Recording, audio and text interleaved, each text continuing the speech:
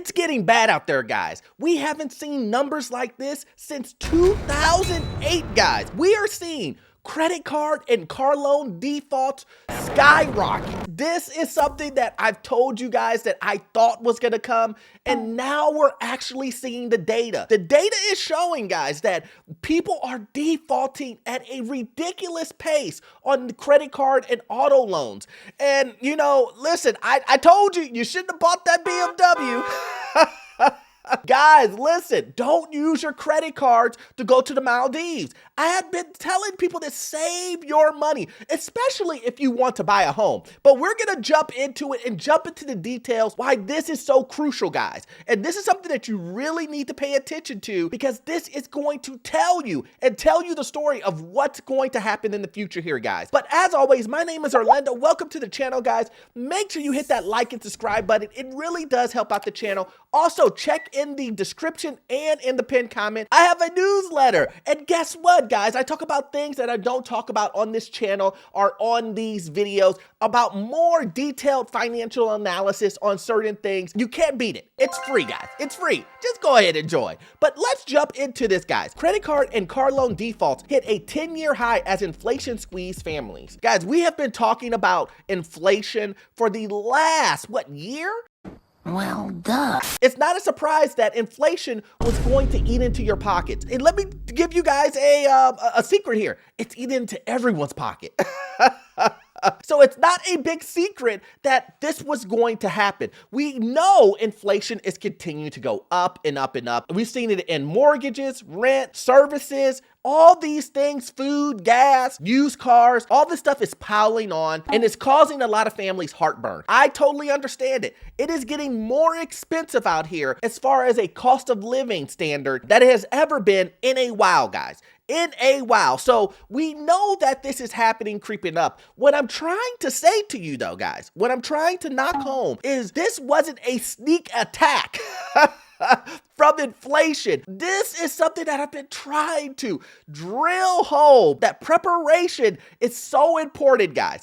That making sure that you're reading and keeping up on information like this, that when something like this comes along and you guys see that everything is not going to work in your favor, that you have that emergency savings account that I've been trying to tell you guys to make sure that you have, that I've told you guys that that is more important than you having no emergency savings, and you trying to get that brand new car, or you trying to go on vacation, or go get those Beyonce tickets.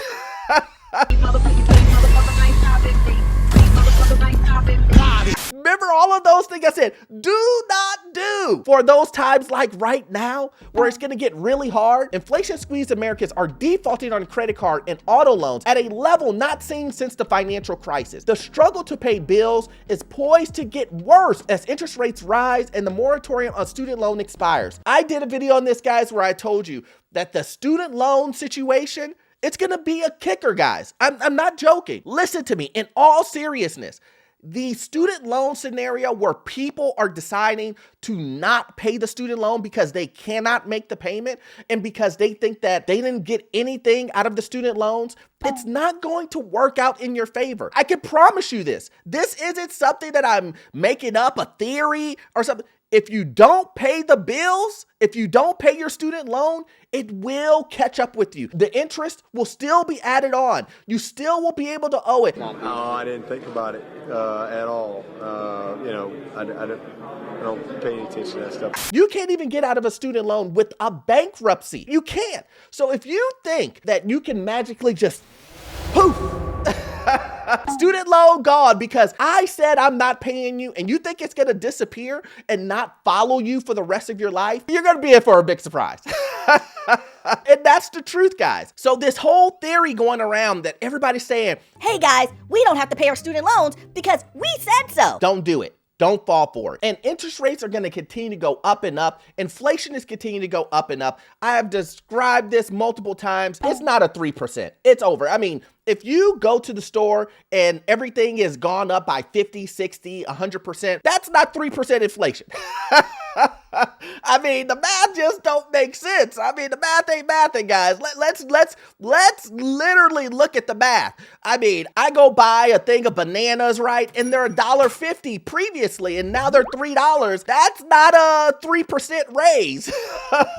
It's not. Low to middle income earners have been especially hit hard by soaring prices on everything from rent, groceries, new and used cars, despite the Federal Reserve attempt to tamper down stubborn high inflation. This year, credit card delinquencies hit a 3.8%, while 3.6% have defaulted on their car loans, according to credit agency Equifax. And here's the thing, it's going to continue to go up. Credit cards delinquencies are going to go up because it's going to get worse with interest rates going up, student loans, things just getting more expensive, and the Fed is going to, in my opinion, is going to continue to raise rates, which is still going to put pressure on a lot of things.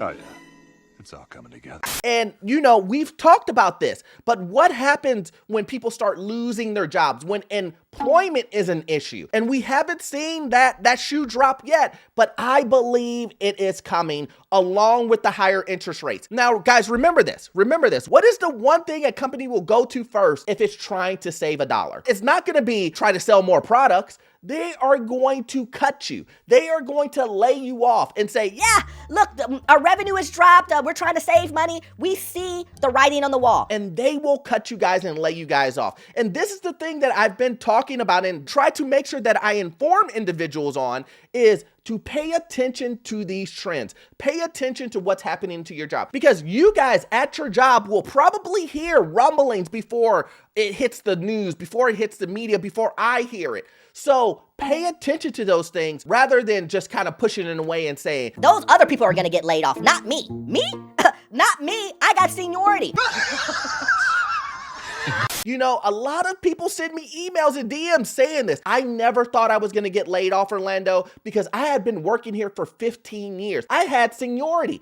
And what happens with that? Well, a lot of companies are looking at you and saying, I'm going to go with the younger person and the cheaper person. And so you have to really understand that you're not as bulletproof as you think you are with these companies. These companies are not loyal.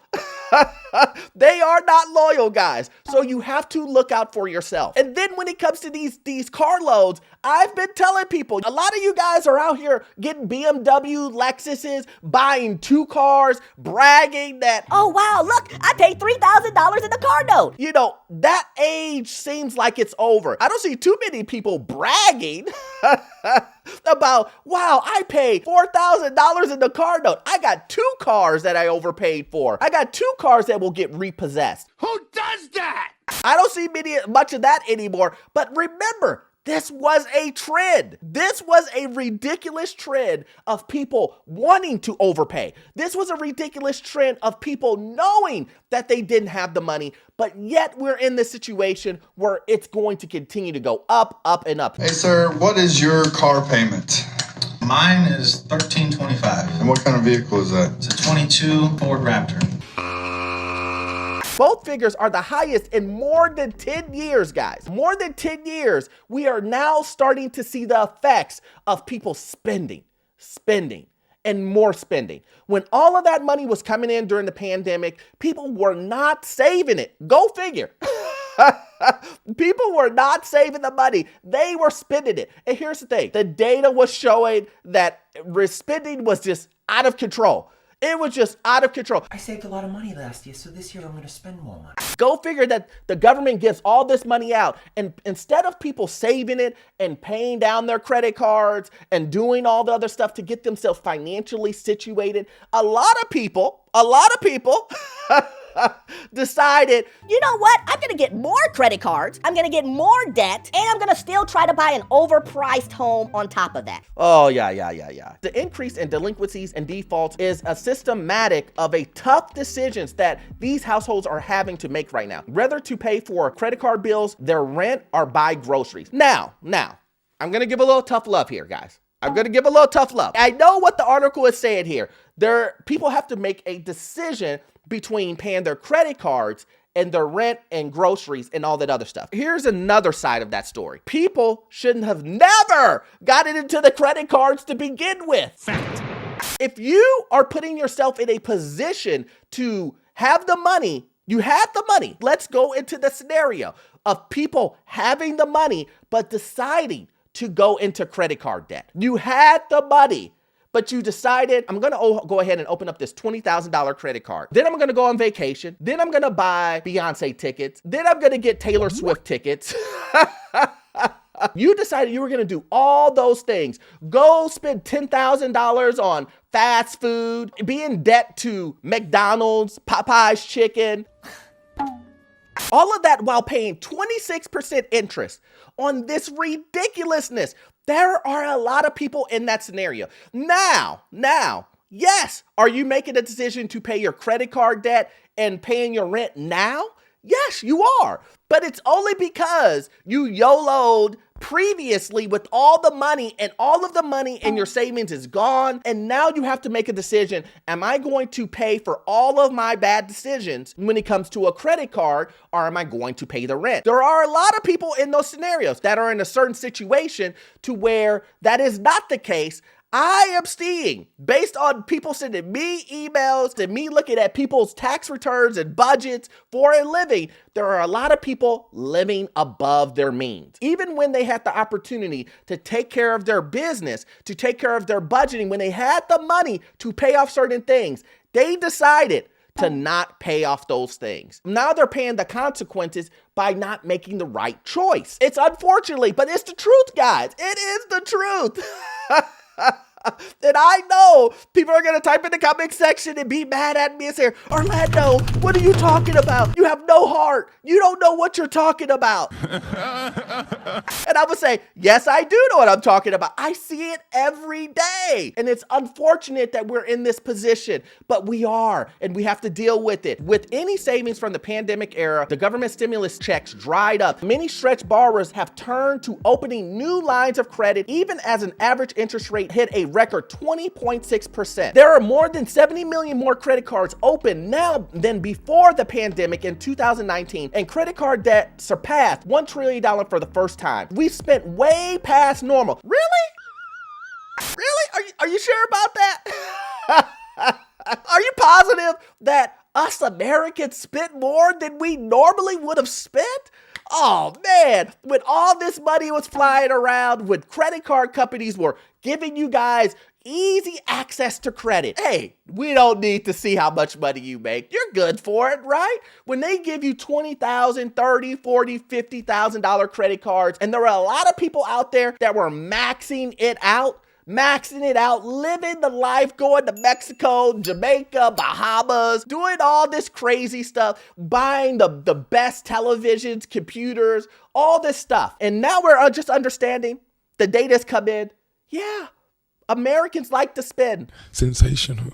What Americans like even more is more debt. And it's obvious that this is the case because we just hit 1 trillion. So at the very end, how is this a scenario that will help you? Well, hopefully it helps you because if you followed the information that I've talked about previously in videos about making sure you're having your savings emergency account, making sure you're getting your credit together, making sure you have a budget, just make sure that your financial well-being is up to date and secure, that your job is secure, that if you do buy a house, that you're doing research, that if you are trying to buy a house, that you won't overpay. All of these things that I talk about, if you are following those things, then you are in prime position to be able to buy that house that you want to be able to take advantage of other opportunities that come along, guys. This is what's actually happening in today's world. You can't run away from it. The people that had the discipline are going to win in this scenario. And if you haven't had the discipline, it's not too late, guys. It's not too late to focus on yourself and to focus on your finances and to budget and to do the things that will put you in the prime position, guys. As always, guys, I hope you got value out of this content, but you won't get all of your information from this one video. I need you to watch this video here. It will give you information on the housing market, financial news, get into your first rental property, and I promise you, the information you will get from this video, it will be gold. I'll see you in the next one. Thanks.